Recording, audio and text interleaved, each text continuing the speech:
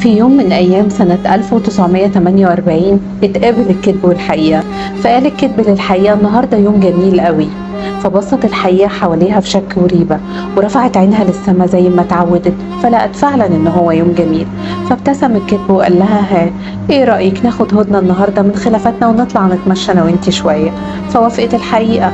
وبعد شوية عدوا الاتنين من جنب بير المية بتاعته كانت جميلة ومنعشة. فقال لها الكذب: تعالي ننزل في المية دي. فبصت الحقيقة للكذب للمرة التانية في شك وريبة، ولمست المية فلقتها فعلا منعشة وحلوة.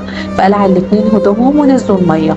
وفجأة خرج الكذب بسرعة من المية ولبس هدوم الحقيقة وطلع يجري بسرعة. فطلعت الحقيقة بسرعة وراه علشان تلحقه وهي عريانة وغضبانة.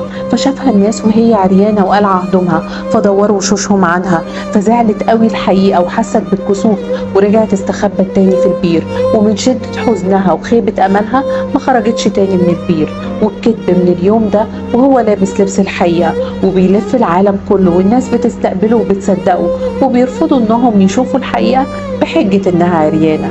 كلامنا اللي بنكتبه والصور والفيديوهات اللي بننشرها لأرض الزيتون والمحتوى اللي بنقول فيه للعالم كله انه لازم يصحى وينتفض كلها حقيقة، علشان كده بيدوروا وشوشهم عنها وبيرفضوا يشوفوها.